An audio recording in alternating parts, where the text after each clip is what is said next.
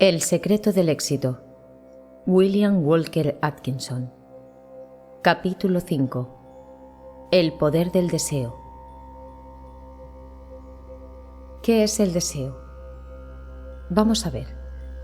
El diccionario nos dice que es el anhelo natural de poseer algún bien, el anhelo de obtener o disfrutar, o bien, en el sentido anormal o degenerado, anhelo excesivo o mórbido, lujuria, apetito. Se ha abusado mucho de la palabra deseo. Popularmente, ha sido muy identificada con su aspecto anormal o degenerado, ignorando su verdadero sentido original. Con frecuencia se usa esta palabra en el sentido de un anhelo desordenado y malo, en lugar de hacerlo en el verdadero sentido de aspiración. No obstante, aunque le podemos llamar aspiración, sigue siendo deseo. Aplicarle el adjetivo de loable y ambicioso tampoco le quita su carácter de deseo. No tiene sentido tratar de ocultar el hecho de que el deseo es el impulso natural universal que nos lleva a la acción, sea ésta buena o mala. Sin deseo de voluntad, nunca se convierte en acción y nada se realiza. Incluso los logros y las metas más elevados son posibles solo cuando el vapor contenido de la voluntad es estimulado por la llama y el calor del deseo. Muchas enseñanzas ocultas contienen instrucciones para matar el deseo, y al estudiante se le advierte que debe ser consciente de él, incluso en sus más sutiles e insidiosas formas, incluso hasta el extremo de evitar el deseo de no tener deseos. Todo esto es tontería, pues si alguien desea, o quiere, o se siente inclinado, o cree que es mejor matar al deseo, en cualquiera de estos casos tan solo está manifestando un deseo, el deseo de no desear, aunque utilice otros nombres. ¿Qué es ese desear, querer, sentir inclinación, gustar, sino un simple, llano y puro deseo enmascarado bajo otros nombres? Proceder a matar el deseo sin desear hacerlo es como tratar de elevarte a ti mismo, tirando hacia arriba de tus calcetines. Simple locura. Lo que realmente quiere decir esto es que el ocultista debería esforzarse por desprenderse de los bajos deseos que pueda contener su naturaleza y también deshacerse del apego a las cosas. En relación con esto, os diré que todo verdadero ocultista sabe que incluso las mejores cosas no son lo suficientemente buenas como para mandarnos y gobernarnos. Nada es suficientemente bueno para que el alma se permita aferrarse a ello hasta el punto en que dicha cosa la gobierne en lugar de ser el alma quien gobierne a la cosa. Esto es lo que la enseñanza realmente dice, evitar el apego, y en esto los maestros ocultistas tienen razón. El deseo es un dueño terrible. Barre los apoyos del alma como lo haría el fuego, dejando nada más que cenizas humeantes. Pero también, al igual que el fuego, el deseo es un servidor espléndido y con su poder controlado podemos generar el vapor de la voluntad y de la actividad y lograr grandes cosas en el mundo. Sin el adecuado deseo en el mundo no habría actividad. Así, no cometas el error de rechazar el deseo, al igual que tampoco debes rechazar el fuego. Pero en ambos casos, debes mantener el control en tus propias manos, evitando que dicho control pase de ti al deseo. El deseo es la fuerza motivadora que gobierna el mundo, aunque en muchos casos no lo queramos admitir. Mira a tu alrededor y verás los efectos del deseo en cada acto humano, ya sea este bueno o malo. Como escribió un conocido autor, todo lo que hacemos, bueno o malo, es consecuencia de un deseo. Somos caritativos porque deseamos aliviar nuestro malestar interno ante la visión de los que sufren, por un deseo de simpatía, por deseo de que se nos respete en este mundo, o bien para asegurarnos un lugar confortable en el otro. Cuando uno es amable, es porque desea serlo, porque le satisface ser amable, mientras que otro es cruel precisamente por el mismo motivo. Uno cumple su deber porque desea hacerlo. Haciendo así, obtiene una satisfacción mayor de la que conseguiría con negligencias o abandonándose a deseos menos loables. La persona religiosa lo es porque sus deseos religiosos son más fuertes que los profanos, porque obtiene más satisfacción en la religión que siendo objetivos mundanos. El hombre moral lo es porque sus deseos morales son más fuertes que los inmorales, obtiene más satisfacción siendo moral que al contrario. Todo lo que hacemos está propiciado por el deseo en una forma u otra, elevado o bajo. El hombre no puede carecer de deseos y actuar. El deseo es la fuerza motivadora subyacente a todos nuestros actos. Es una ley natural de vida. Todo, desde el átomo a la mónada, desde la mónada al insecto, desde el insecto al hombre, desde el hombre a la naturaleza, actúa motivado por el poder y la fuerza del deseo. El deseo es el motivo que todo lo anima. A simple vista, la cita anterior parece que considera al hombre como una simple máquina, sujeto al poder de cualquier deseo que le venga a la mente. Pero lejos de ser así, el hombre no actúa respondiendo a cualquier deseo, sino respondiendo a su deseo más fuerte o a la media de sus más fuertes deseos. Esa media de sus deseos es lo que constituye su naturaleza o su carácter. Y aquí es donde el dominio del yo entra en acción. El hombre no necesita ser un esclavo o una criatura de sus deseos, siempre que afirme su dominio. Puede controlar, regular, gobernar y guiar sus deseos en cualquier dirección que quiera. Incluso puede crear deseos mediante un acto de su voluntad.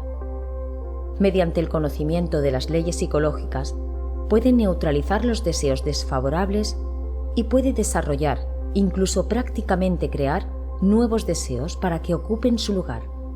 Todo esto mediante el poder de su voluntad, auxiliado por la luz de su razón y su juicio.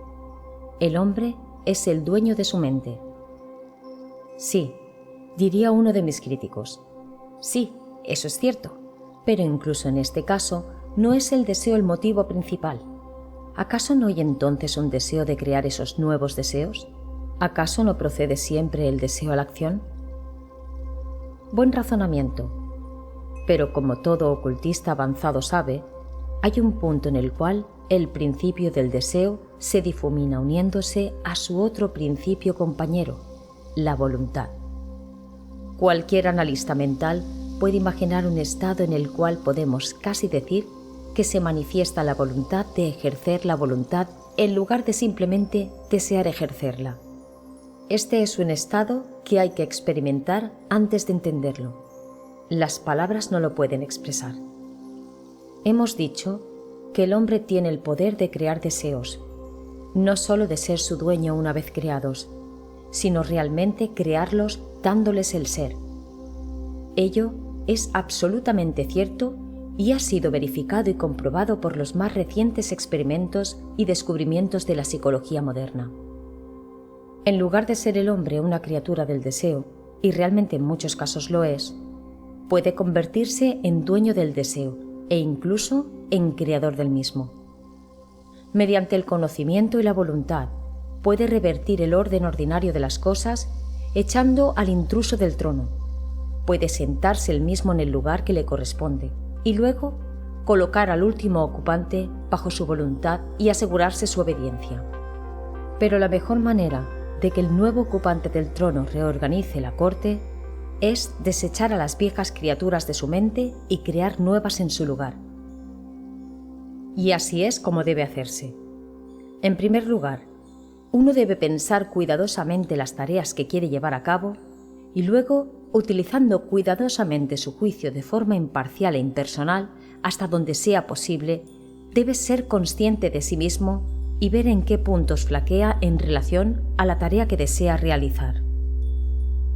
Luego, analizará la tarea que tiene ante él, con todo detalle, separando el asunto en tantas divisiones claramente definidas como sea posible, a fin de ser capaz de ver el asunto tal como es, tanto en los detalles como en su totalidad. Después hará inventario de las cosas que parecen necesarias para el logro de la tarea, no de los detalles que surgirán solo una vez que empiece el trabajo día a día, sino de las cosas generales que debe hacerse a fin de que la tarea llegue a una conclusión exitosa.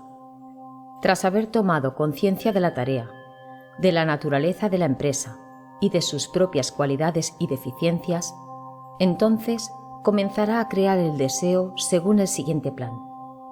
El primer paso en la creación del deseo es formar una imagen mental clara y vital de las cualidades, objetos y detalles de la empresa, al igual que de la totalidad de la misma.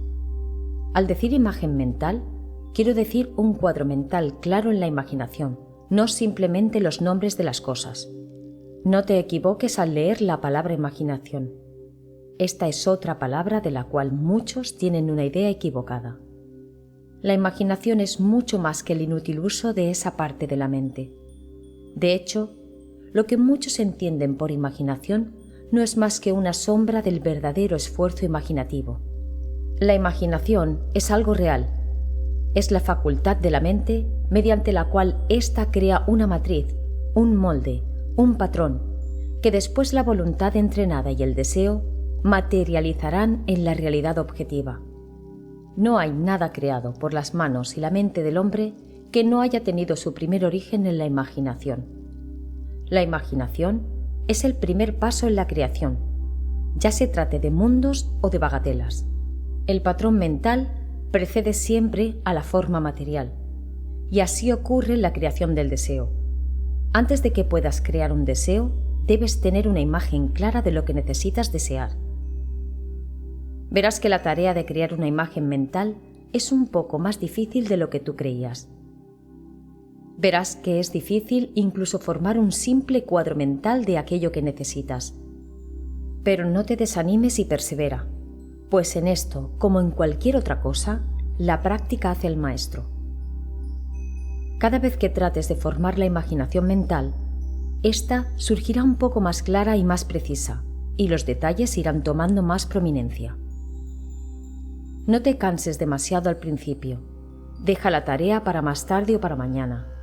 Pero practica y persevera, pues debes lograr la imagen tan clara como el recuerdo de algo que has visto. En los capítulos siguientes hablaremos más sobre la visualización mental y la imaginación. Tras haber logrado una imagen mental clara de las cosas que quieres desear y por ello lograr, deberás cultivar el enfoque de la atención en esas cosas. La palabra atención se deriva del latín attendere, que significa estirar hacia adelante. La idea original subyacente en la atención mental es estirarse hacia adelante o extenderse hacia el objeto de la atención, y esta es la idea correcta, pues esa es la manera en que la mente funciona en este asunto. Mantén las ideas ante tu atención tanto tiempo como puedas para que la mente las capte y llegue a hacerlas parte de sí misma. Al hacerlo, impresionas con firmeza esas ideas sobre la tablilla encerada de la mente. Así, habiendo finado la idea claramente en tu mente a través de la imaginación y la atención, ésta se vuelve fija allí. Entonces, deberás cultivar el ardiente deseo, el anhelo, la necesidad de que esas cosas se materialicen. Pide que se desarrollen en ti las cualidades necesarias para la tarea. Pide que tus cuadros mentales se materialicen. Pide que los detalles se manifiesten al igual que el total, permitiendo que algo mejor, que sin duda surgirá, ocupe el lugar de lo que antes había. Mientras estás en este proceso, la conciencia interna se ocupará de estos asuntos por ti. Luego, desea con firmeza, confianza y seriedad. No seas tibio en sus peticiones y deseos.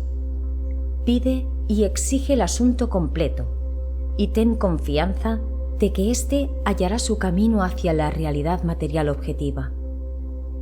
Piensa en ello, sueña con ello y siempre anhélalo, pues tendrás que aprender a querer de la peor forma, aprender a quererlo con suficiente fuerza. Queriendo con suficiente fuerza, obtendrás y lograrás muchas cosas. El problema es que la mayoría de nosotros no deseamos las cosas con fuerza suficiente. Confundimos vagos anhelos y deseos con un deseo serio, anhelante y exigente, exige la cosa deseada al igual que exiges y deseas tu comida diaria. Eso significa querer de la peor manera. Todo esto no son más que sugerencias. Sin duda, tú podrás encontrar tu camino siempre que seas serio y lo desees con suficiente fuerza.